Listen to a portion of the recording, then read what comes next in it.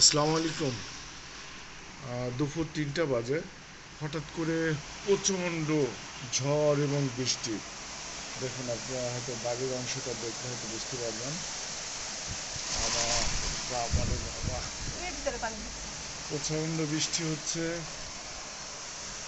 আপনারা দেখে হয়তো বুঝতে পারছেন, ঝড় এবং বৃষ্টি। দেখুন, মানে সব কিছু উড়াই নিয়ে যাচ্ছে এমন অবস্থা। এতটা ঝড় হচ্ছে বাইরে।